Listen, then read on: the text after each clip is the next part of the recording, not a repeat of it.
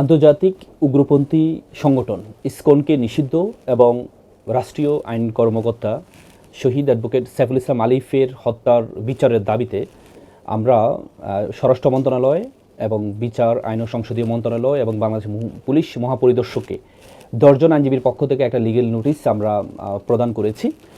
আপনারা জানেন গতকাল ইসকনের যে অন্যতম সংগঠক চিন্ময় কৃষ্ণকে রাষ্ট্রীয় মামলা গ্রেপ্তার করার ফলে এই চট্টগ্রাম আদালতে যে ন্যাক্কারজনক হামলা করেছে ইসকনপন্থী লোকজন যে হামলা করেছে, এই হামলায় রাষ্ট্রীয় আইন কর্মকর্তাকে হত্যা করা হয়েছে।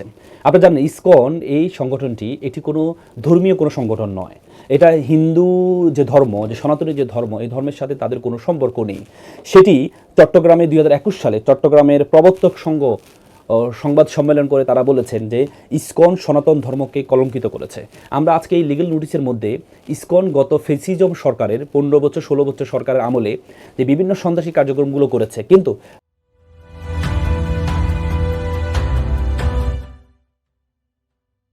তারপরেও এগুলো মিডিয়াতে তেমন আসেনি, গত ফেসিজমের কারণে এটি আসেনি। সেটি আমরা যেগুলো এসেছে সেগুলো সবগুলো স্ক্রিনশট এবং সংযুক্তি আমরা লিগেল নোটিসে আমরা যুক্ত করেছি। আমরা এখানে যুক্ত করেছি, আপনারা জানেন আবরার হত্যা খুবই একটা ঐতিহাসিক একটি হত্যাকাণ্ড। সে আবরার হত্যাকাণ্ডে যে অন্যতম আসামি অমিত শাহ, সে কিন্তু ইসকনের একজন সদস্য ছিল। তারপরে আপনারা জানেন, আমরা শুরুতেই বলেছি হিন্দু ধর্মের সাথে আপনারা জানেন জুলাইয়ের বিপ্লবে প্রায় 9 জন রিয়ামণি সহ প্রায় 9 জন হিন্দু ধর্মের ভাই বোন শহীদ হয়েছে। আমরা তাদেরকে রেসপেক্ট করি, কিন্তু এই যে ইসকন যে সংগঠন, এই সংগঠনের সাথে হিন্দু ধর্মের কোনো সম্পর্ক নেই। তারা আপনারা জানেন 2009 সালে ঠাকুরগাঁ মন্দিরে হামলা করে তারা ফুলবাবু নামক একজন হিন্দু ধর্মের একজন অনুসারীকে তারা হত্যা করেছে। তারপরে 2016 সালে সিলেটের ইসকন মন্দিরে আগ্নেয়াস্ত্র পাওয়া গেছে, সেখান থেকে গুলি করে একটা হিন্দু ধর্মের অনুসারীকে হত্যা করা হয়েছে। সেই হিসাবে আমরা প্রত্যেকটা তারা যে যতগুলো হত্যাকাণ্ড করেছে প্রত্যেকটা জিনিস আমরা সংযুক্ত করে আমরা লিগেল নোটিস আমরা অন্তর্ভুক্ত করে এবং কি আপনারা সর্বশেষ আপনারা জানেন চট্টগ্রামে পুলিশের উপর এসিড নিক্ষেপ করেছে ইসকনের সংগঠনের অনুসারীরা নিক্ষেপ করেছে এবং আইন কর্মকর্তাকে কুপিয়ে হত্যা করেছে।